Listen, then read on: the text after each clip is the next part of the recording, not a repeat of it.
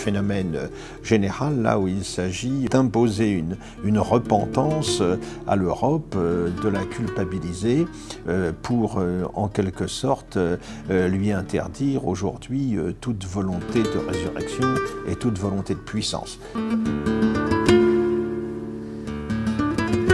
Alors, Al-Andalus, d'abord, il faut le rappeler, c'est le nom qui est donné à l'ensemble de l'Espagne devenue musulmane après la conquête arabo-musulmane du début du 8e siècle. C'est-à-dire c'est beaucoup plus vaste que l'Andalousie actuelle. La conquête musulmane intervient au début du 8e siècle et c'est seulement à la fin du 15e siècle, avec la reprise de Grenade par les rois catholiques, que se termine cette histoire musulmane de la péninsule ibérique.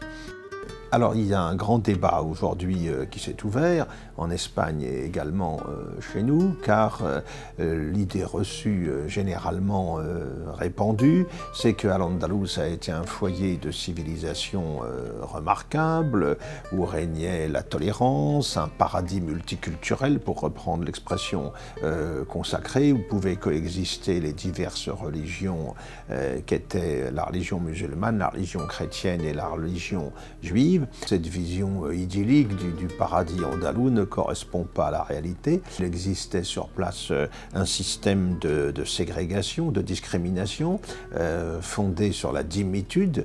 c'est-à-dire le système qui faisait que les tenants de la religion du livre, juifs et chrétiens, pouvaient vivre à l'intérieur de l'Espagne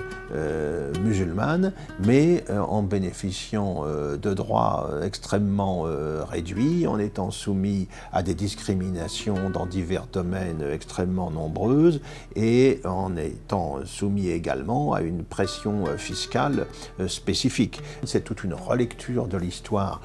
qui est aujourd'hui en cours, une tentative de relecture de l'histoire face à laquelle il convient de se défendre vigoureusement, car notre histoire, évidemment, c'est un élément essentiel de notre identité. C'est une bataille essentielle qu'il convient de mener aujourd'hui, et la question d'Al-Andalus est un des chapitres, en quelque sorte, c'est un des fronts dans cette bataille pour l'histoire, pour la mémoire.